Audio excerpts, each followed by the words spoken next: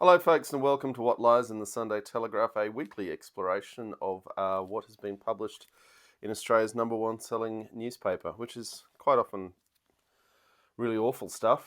But we try and have a laugh along the way. If it's your first time, maybe this isn't for you.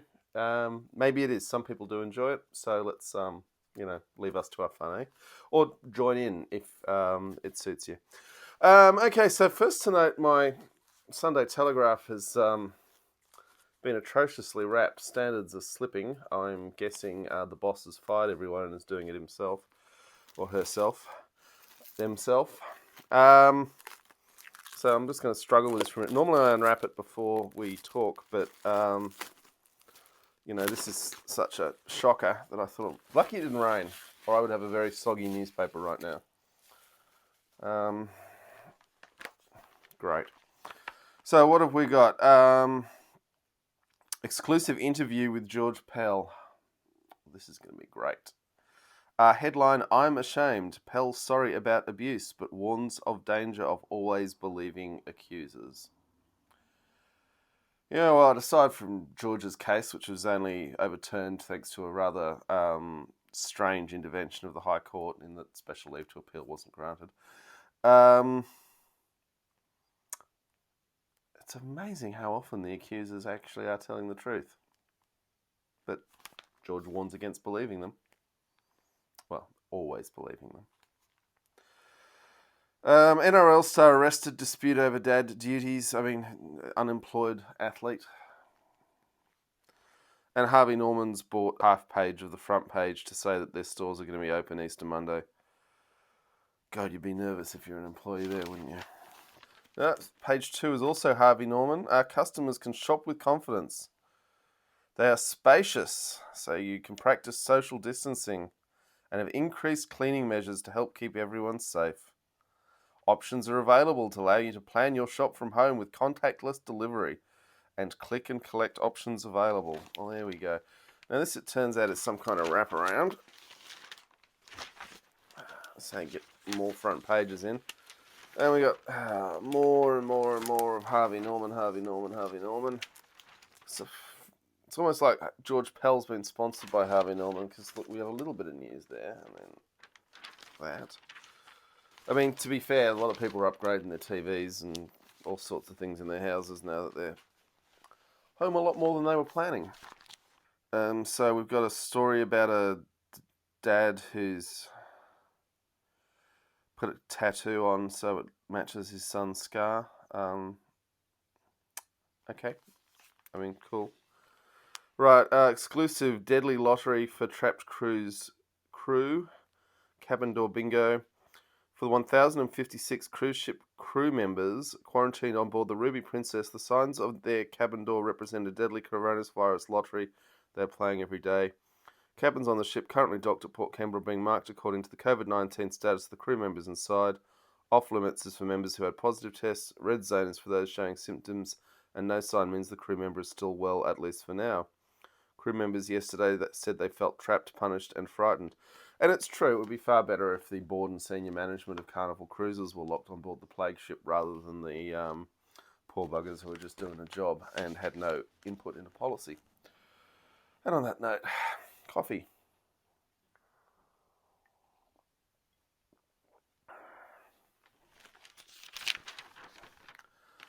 All right, Mick's Picks.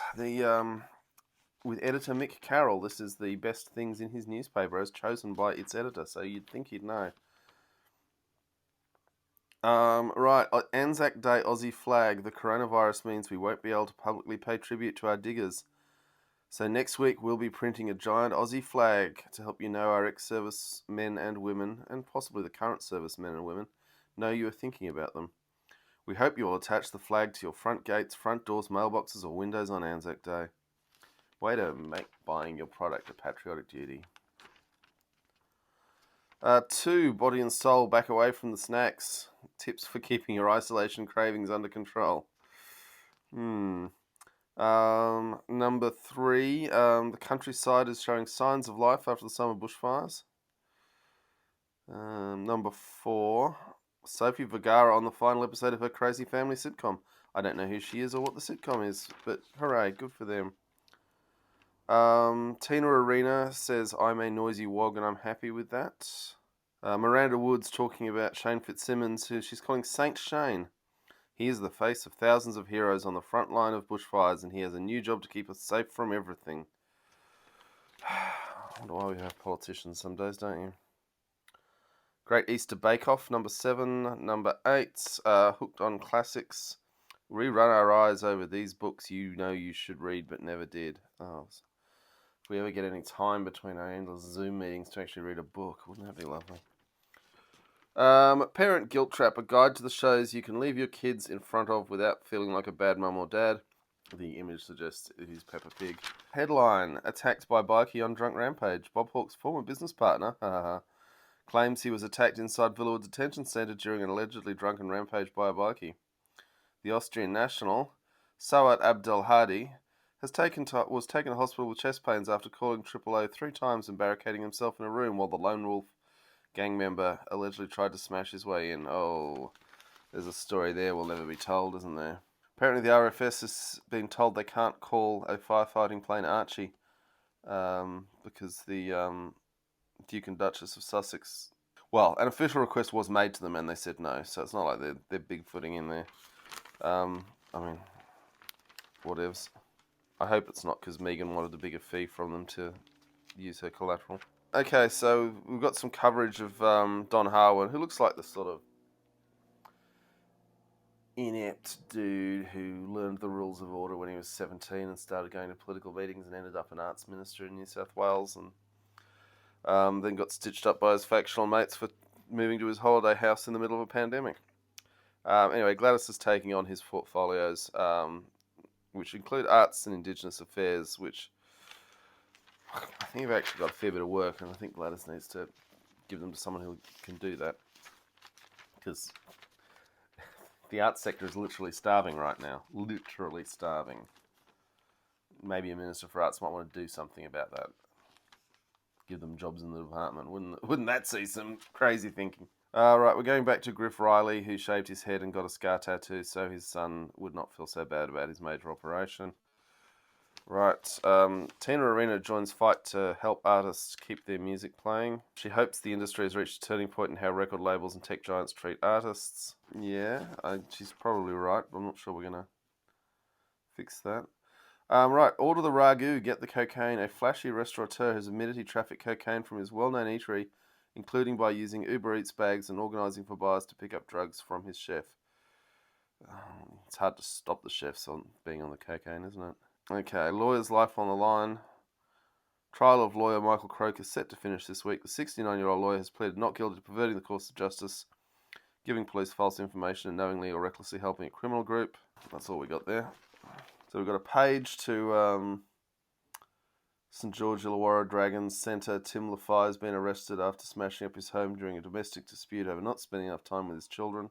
I don't see why this is different from anyone else's AVO at this point, given that they're not playing any rugby league, and Peter Vlandis' mad dreams of doing so seem madder and madder by the day.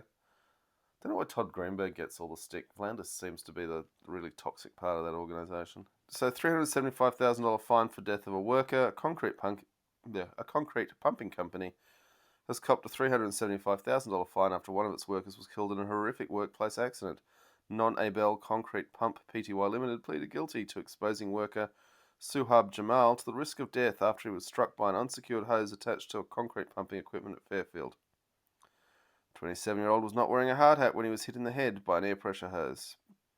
Died 2 days later. Was in Australia on a bridging visa, and had only been employed by them between 3 and 7 days before the incident. It's all very sad, isn't it? Right, so Jimmy Barnes has been brought to tears trying to write his next bestseller about his dogs. We've got a page 7 editorial from the Telegraph saying, George Pell has not been declared innocent, nor has the Catholic Church. It would be wise for the Church to remember this when it considers what to do next with its former leader. How the Church handles the High Court decision of Pell's freedom is as important as the reaction to the guilty verdict itself. Then Pell is saying that child abuse is a cancer in the Church. He's ashamed of it. So apparently this interview is actually going to be aired on Sky News on Tuesday, April 14, and most of this is just a big ad for that. Apparently Gordon Ramsay's going to be back on MasterChef. Apparently a young boy driving a stolen ute has smashed up 8 police cars. 2 boys aged 12 and 14, teenagers I'd call them, are in custody after police tried to stop the vehicle on Queensland's Sunshine Coast on Friday afternoon. The ute sped off and veered onto the wrong side of the road several times during the chase. No one was seriously injured. Oh well. Right, coronavirus coverage starting on page 8. New South Wales residents face at least 12 months of restrictions at some levels, probably 12 years of restrictions at some levels. Authorities want 2 more weeks of data on tests and results before making changes. This is very sensible, given that there seems to be a 14-day incubation cycle, which no doubt is not the actual incubation cycle, it's just convenient and easy because it's 2 weeks. But it's long enough. Anyway, you get 2 incubation cycles with everyone locked down, and if everyone has stayed locked down and it's not spreading in the community, then the numbers should be looking like something very close to eradication, and then that raises a lot of interesting questions about how long we live like this. I, for one, will happily have a tracking app on my phone if it means I can go to the pub, or just leave the house and go to a poetry slam. Anything. You know, go hang out at your slot car racing track or drag racing, whatever floats your boat. Let's, as soon as it is safe to do so, and the health authorities agree, let's get out and do it, but not before. Okay, in other news, quarantine hotel foyers are being turned into pop-up wards for COVID-19 patients showing low-level symptoms. Not sure I'd be thrilled if I was in quarantine having it then filled with people who've actually got the disease, but I guess it depends what rate it is in there. More on the Ruby Princess, nothing too new there. Apparently the cost of studying short online courses at universities will be slashed to encourage people to upskill. Areas are going to include nursing, teaching, mental health, IT and science, alright. The experts are going to help you with the myths being spread by fake news. Apparently someone is going to name and shame businesses that are unfairly hiking prices in the crisis. I thought that was just capitalism. Josh Frydenberg is working on budget strategies to fund the coronavirus emergency package. Options being tabled by ministers and big business. Isn't it great when ministers and big business can sit down together and decide our future? It includes austerity measures, slashing government services, broadening the GST and other tax reforms, and capping franking rebates. Hallelujah! It's a shame we have to have austerity to get at that rort. Scientists and virus experts say COVID-19 is the new common code and will happen again. They say this is the birth of a new world for infectious diseases. And if China doesn't stop wet markets, the risks are even higher. I question that strongly. Okay, questions that you're asking. Can I go for a drive with my family? You're allowed to drive to carry out essential duties such as shopping or to get to work, but authorities would prefer that as few people as possible leave their homes in groups. Can we visit family today? It is recommended you stay at home and only have close contact with people in your primary household. Visits for compassionate or medical reasons are allowed. This is in New South Wales, bear in mind. Can I still go to the supermarket? Yes, 1 person from each household is allowed to go shopping to buy food. Authorities ask that shopping trips are kept to a minimum. Can children catch the virus? Yes, however the severity of symptoms and risks appear to increase with age. Miranda Wood tells us the year of hardship is ahead and the vaccine is the only hope. Didn't need the Sunday Telegraph to tell me that, really. The Bondi to Bronte walk has been shut down. Frankly, the idea that if you live near a beach, you have an entitlement to exercise on it, and if you are poor or poorer and you don't live near a beach, then you're not allowed to exercise on the beach. I was not keen on. I think just close them if they're going to be closed. Special access for rich pricks. That it is the country we're becoming, but it's not the country we think we live in. Full page ad from Westpac saying that they're helping us stay connected. Miranda Wood and Ava Benny Morrison are both reporting on the secret health hotels. I mean, we have got all this capacity in the hotel and Airbnb sector, and frankly, they're glad of any sort of occupancy at the moment, aren't they? So we've got 2 pages on how awful the Ruby Princess scandal is. Profile on Mickey Arison, who owns Carnival Cruising, which it's a real shame that they're registered in the Bahamas and that's where they pay their tax, but the Bahamian government doesn't seem inclined to bail them out. Possibly because it's a low-tax government that it has no capacity to do such things. What a shame. That's a tragedy, isn't it? So more on the dark lottery of the doors in the Ruby Princess crew. I mean, people who take jobs on cruise liners, you know, it's unpleasant conditions dealing with a pretty,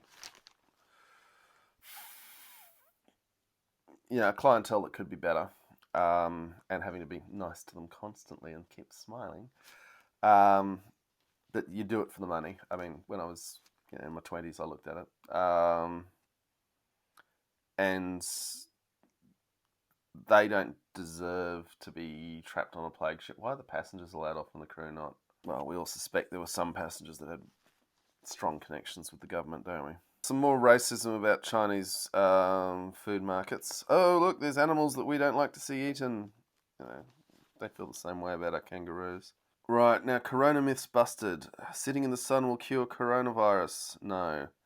Holding your breath for 10 seconds without discomfort means you don't have it. No. COVID-19 only affects older people. Oh, come on, that's your best myths. So there is calls, and particularly Federal Resources Minister Keith Pitt, saying Australia must rethink its dependence on Chinese manufacturing and use local mineral reserves to build modern medical equipment. The mining industry wants us to use more of their stuff. There's quite a few steps between digging ore out of the ground and delivering a finished consumer product, let alone a medical grade product. But sure, Keith, it's your input. It's good to see the vested interests missing no tricks. We got some stuff on kindness. A few more pages of Harvey Norman. This newspaper exists solely to service Harvey Norman and banks. The Telegraph, having hired Gary Jubelin as a columnist, is now spending 2 pages on people saying they think Gary Jubelin's a hero. As a police detective, the rules of evidence are kind of your one job. But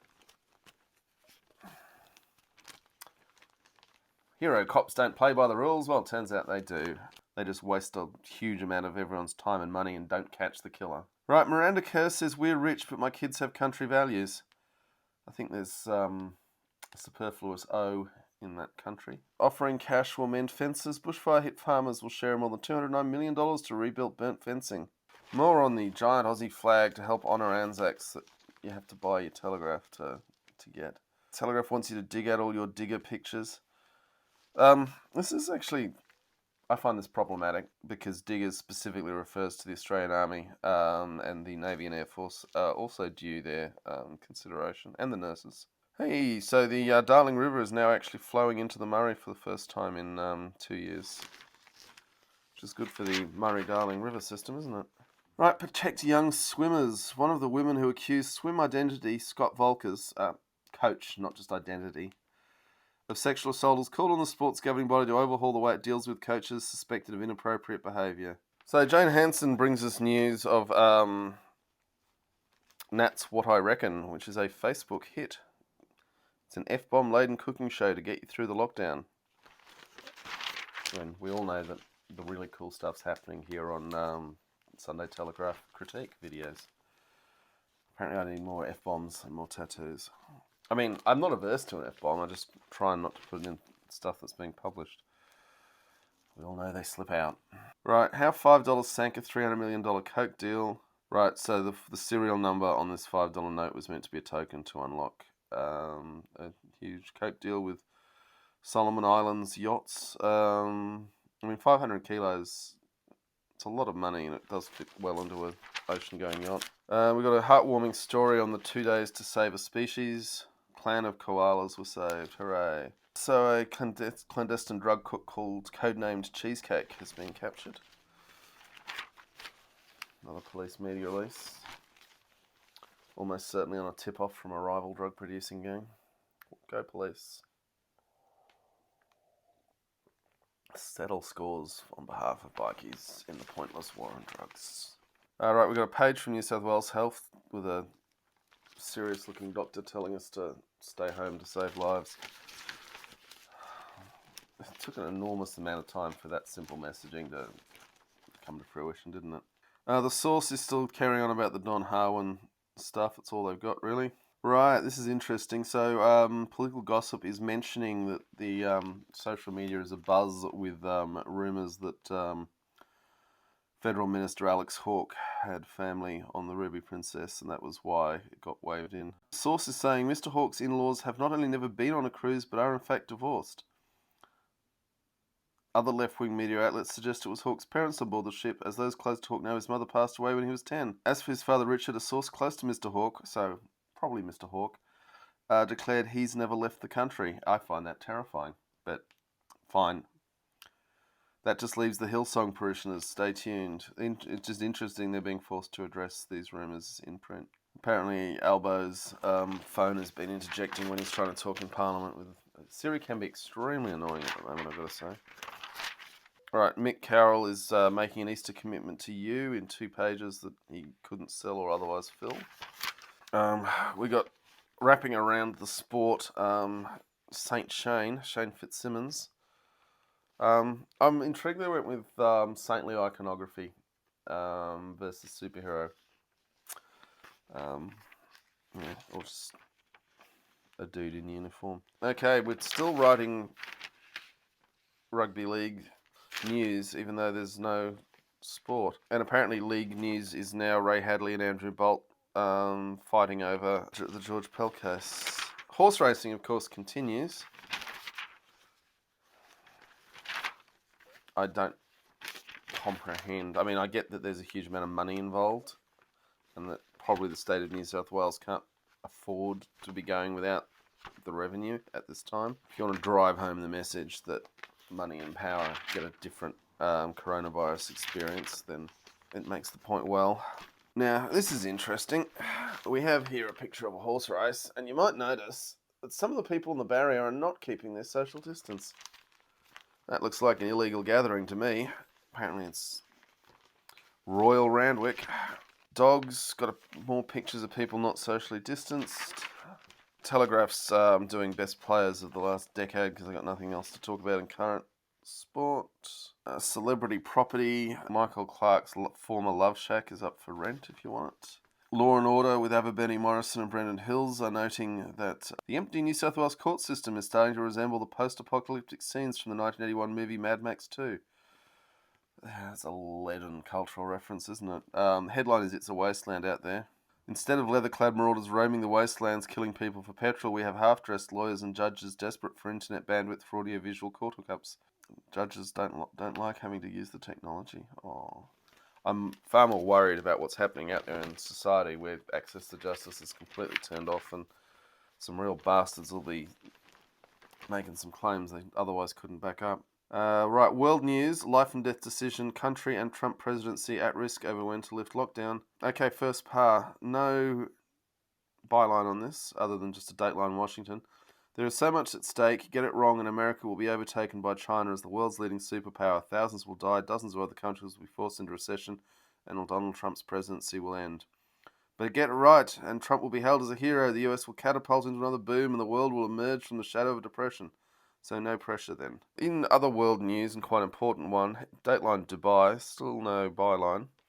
The OPEC oil cartel and nations including Russia have agreed to boost oil prices by cutting as much as 10 million barrels a day in production, or 1/10 of global supply. More countries, including the United States, were discussing their own cuts in what would be an unprecedented global pact to stabilise the market. Some would call this an illegal pricing cartel, orchestrated by the United States President. So we've got a heartwarming story of Boris Johnson's fiancée sent him a baby scan and a letter for each day he was in intensive care to lift his spirits and keep him fighting. Whew, no pressure, Boris. Fire rioting in affected prisons. Russian officials said a large fire was blazing at a prison in Siberia where inmates and guards have clashed. Full-scale hostilities were taking place at the maximum security prison. Details are unclear about what set off the clashes. Fears about the spread of coronavirus and cramped conditions could be another reason for the violence. I think they're drawing a bit of a longbow there. They don't seem to have any evidence that that's the issue out there in Siberia.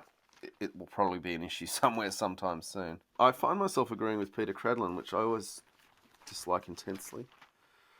So she's asking, where's the exit plan? Swift action seems to have spared us the nightmare that the US and Europe are suffering, but now the government needs to plan how to get our economy off life support. Yeah, so I actually agree with Ms. Cradlin in that the government needs to be laying out what milestones there are and what levels parts of the economy can be brought back. It's tough because if they set a timeline and then the milestones aren't met, do they then roll the timeline back, which would have unimaginable problems? Yeah, it's a big tough one. Thumbs up from Peter to healthcare workers. I'm finding it a little condescending. No one's talking about increasing their wages. In fact, we saw earlier that austerity's on the cards. That won't be a pay raise for nurses, will it? Thumbs down to Don Harwin, who seems to have been turned into public enemy number one. And it's nice to have a good scapegoat. Everyone can say, look, we're being tough.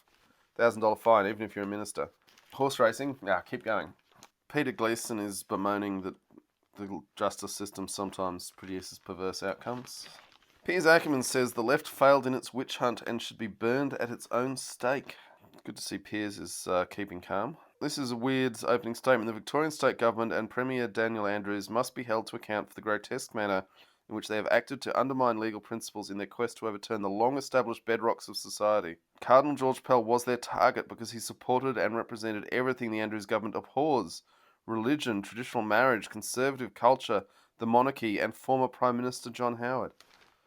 John Howard is not a bedrock of our society. I mean, really, Piers. I don't even know what conservative culture purports to be other than passing the port. And if he's seriously alleging that Daniel Andrews interfered in the judicial process in Victoria, then that should be front page news, not buried on page 72. So obviously it's crap. All right, Sunday Telegraph editorial wants us to make this Easter a new beginning. Warren's cartoon is Roman centurions coming to an empty tomb and saying the note says he's gone to his holiday house at Pearl Beach. I don't think Don is in the Christ territory myself. More racing. Can't get enough. Punters.com.au ads. Old farts photos from the past. Right, James Weir is now using the term Karen. Ellen DeGeneres caused the ire of the internet Karens when broadcasting from her jail-like home this week, and noting that Arnold Schwarzenegger's been busy posting coronavirus PSAs. He's noting that some people have nicer houses to live in than others. Kerry Parnell says the first law living in lockdown is to aim low. Yeah, just everyone take a freaking break. And everyone working on their business plans. You don't know what's a viable business plan at the end of this. You're just wasting your time. Sit down, watch some Netflix, eat a muffin. Oh, David Cox talking to his grandkids on FaceTime. Isn't that nice to know? Angela Mollard wants us to know that she knew she'd hit rock bottom when she considered doing a Zoom conference without her bra. Only considered it. Right, Duncan Lay's still banging on about the ending of Game of Thrones because it's the only thing he knows. One day he'll move on. One day there'll be a new show that he can lock into and keep his columns going. Right, lots of improbable cooking. I think the Anzac biscuits are doable, but the triple chocolate poke cake, cream egg muffins, and decadent chocolate cake with cream cheese frosting are all beyond the average. And also, if you've got the skills to make those things, you already know how to make them. You don't need the paper to tell you. But they've got to fill the pages some way, get some content between the ads for Harvey Norman.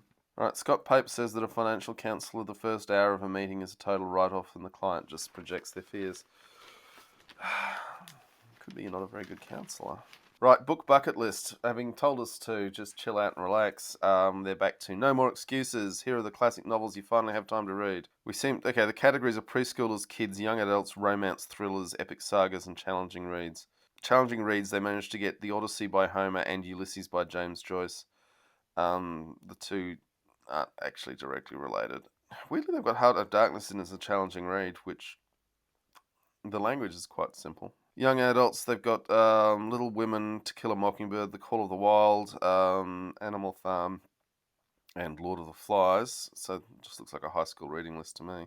It's like, what, you didn't do high school English? Because these are books you've read. Jesus, they're going back to some old stuff here.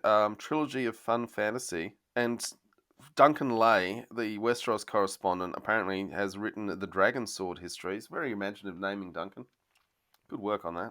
Which they're now setting alongside Raymond Feist's Magician saga, the Rift War saga, which I strongly note really falls off a cliff after the first couple of books. But those first couple of books are good. And David Gemmel's. And when I was a teenage boy, I loved David Gemmell. Don't get me wrong, but it's the same book over and over again with not much variation.